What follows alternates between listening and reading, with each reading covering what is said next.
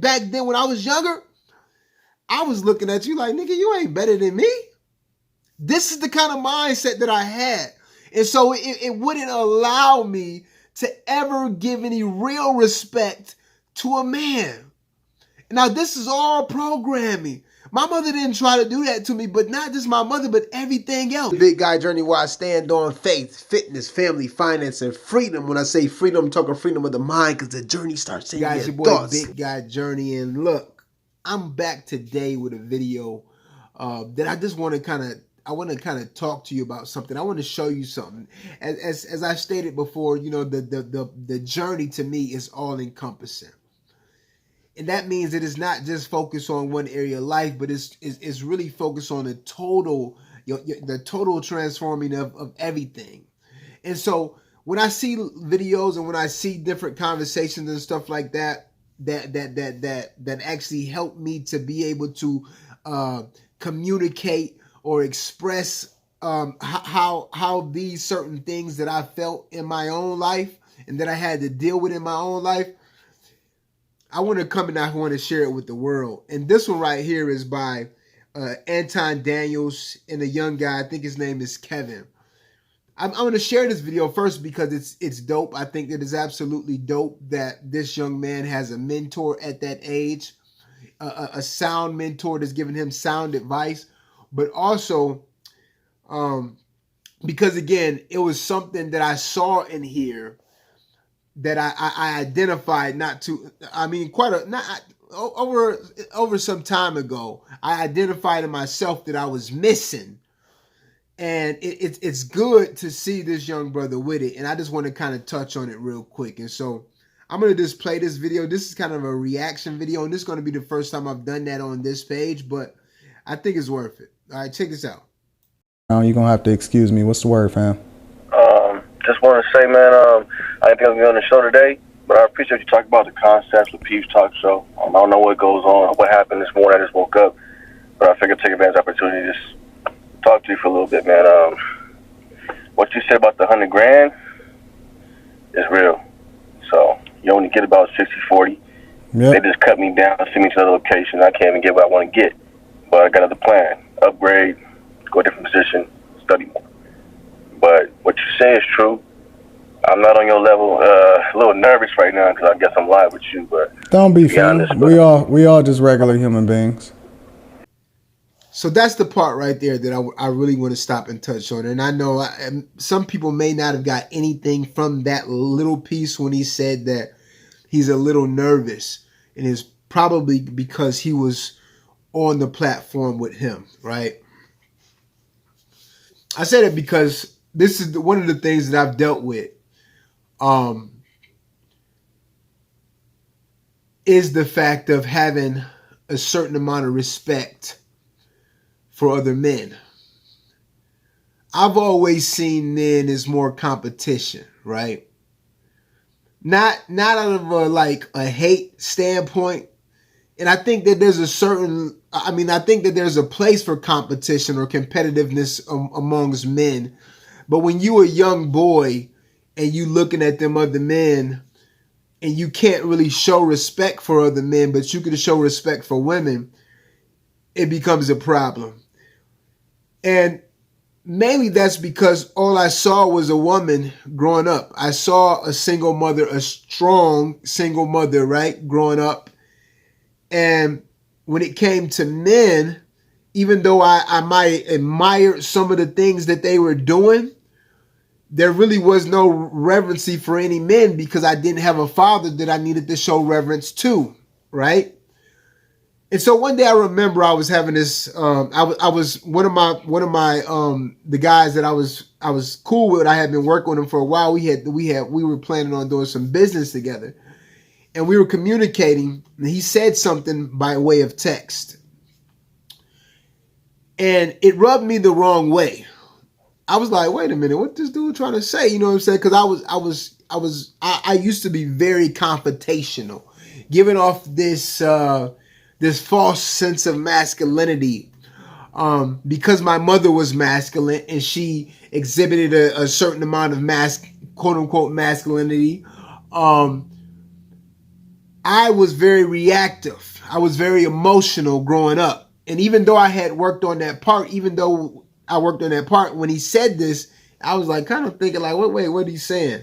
And so I had to check myself. I said, you know what, I ain't gonna say nothing. And when we got with each other, I asked him what was he talking about, and I told him that, you know, man, you know, said I'm happy I did stop and said something because I worked on myself enough for not this to, you know, because text can be communicated the wrong way. And so when I talked to him, he was like, "Oh, bro, yeah, it wasn't nothing like that." He told me what it was, and we went from there, right?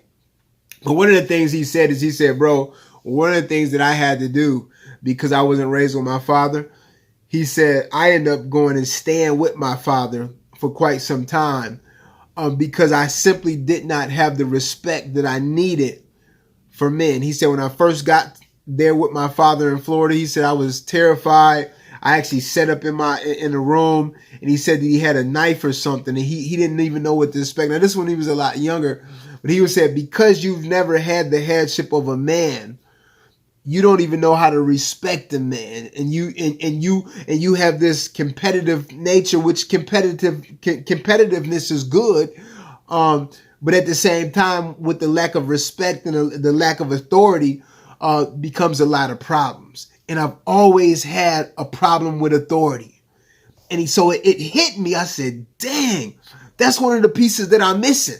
And because this is a big guy journey, I'm not just focusing on weight. I'm focusing on everything. I'm focusing on the mindset. I had to think about that. I said, wow, you got something there. And I've looked at that.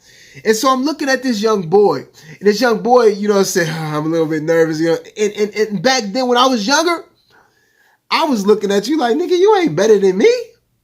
This is the kind of mindset that I had. And so it wouldn't allow me to ever give any real respect to a man. Now, this is all programming. My mother didn't try to do that to me, but not just my mother, but everything else. Because my mother used to sell drugs, and then she didn't actually put me on to sell drugs. But one time my sister told her that I was selling drugs. My mom simply said, if you're going to stay here and you're going to do that, you're going to have to pay like you weigh. And so I said, well, I'm going to just have to pay like I weigh. And she hooked me up with a connect. And that connect, what I was wondering, the only thing I was working on wanting to do is I wanted to, because I was getting in front of this little bit of stuff from these other people. One day, my whole point was I want to be the man that confronts you one day. And so when I started fronting a couple of the guys that I used to front that I looked at as big time, I was like, yeah, you see what I'm saying? And so this competitiveness, which translates well in business, it does. But it's because I had no respect for other men, it wasn't a good thing. As a man, I want these youngins to look up to me and hold a certain level of respect, because then they have an open ear to hear, and I can actually guide them to a proper place. Although I had no men to guide me, that's probably one of the reasons why I just simply did not have that respect. And see, that humility is needed for us as men, even though we have a competitive nature. And so I had to step back as an adult and say, you know what? I got to do something about this. This affects the way that you see God. This is the way that you view the world. This affects everything. And so one of the things that I wonder about, because we have such a big population of young boys who don't have a father, I'm wondering if they're dealing with this same mindset. I've seen a lot of different mindsets that come out of it. I've seen effeminate men. I've seen very emotional men. I've seen aggressive men, aggressive boys ready to lash out. And although, and I was more on that side, because it was based off of insecurities and a lack of a father. And I didn't even know, because I thought that I didn't need my father, because I felt like, how can I need something? How could I want something I never had? But there's a lot of things that I started to see as I grew up. I was like, dang, I can see where that dude would have came. He would have been he would have been very beneficial for my life. And so I wanted to show that to you today because this is important. And then a part of doing the work is realizing the things that you didn't have and the things that are affecting you, that have been affecting you from your childhood. That means you may have to go to therapy. That means you may have to go to a counselor. That means you may have to just seek wise counsel. Because the full journey, the all-encompassing journey, you have to focus on every aspect of your life. We look at it like a wheel because we have all of those different spokes. If one spoke is gone, you're off balance. You're wobbly. Have your life ever been wobbly? Is your life wobbly now? That's the question, because I bet it is. Because if there's no balance, you're going to be wobbly. And so when focusing on your journey, you got to deal with this stuff. What are the effects of you not having a father? What are the effects of you having a masculine mother? What are the effects of you not having nobody? It's something there, and it's something that we all need to deal with. Again, I want to say much respect to Anton Daniels and this young man, Kevin, and all the work that Anton is doing for these young boys. You know what I'm saying? I look at men who still believe in marriage, because I believe that marriage and family, whether it be through the court system or non, whether it be prenups, whatever it is, I believe that the family structure is the best structure. It's going to guarantee our way to success as a community. So when I see people like Toby Nwigby, when I see people like Belief in Fatherhood, these are people, Kev on stage, these men who are kind of in a background because they're not mainstream, but they model. It's not just about talking, they model it. It baffles me how people have such a problem with people who model what it is you say that you want.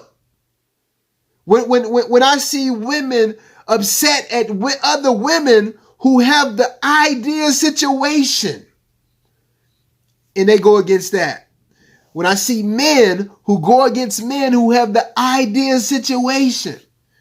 It's like the South says, let me sit you down. Let me sit you down and learn you something. There's some of that little saying. We need to learn from them, not be pushing them out. And so, look, man, I don't want this video to get too long, but I wanted y'all to hear that because it hit me today when I was listening to this. I said, man, that's dope. This is dope. This is what we need in our community, all right? It's Big Guy Journey. Peace.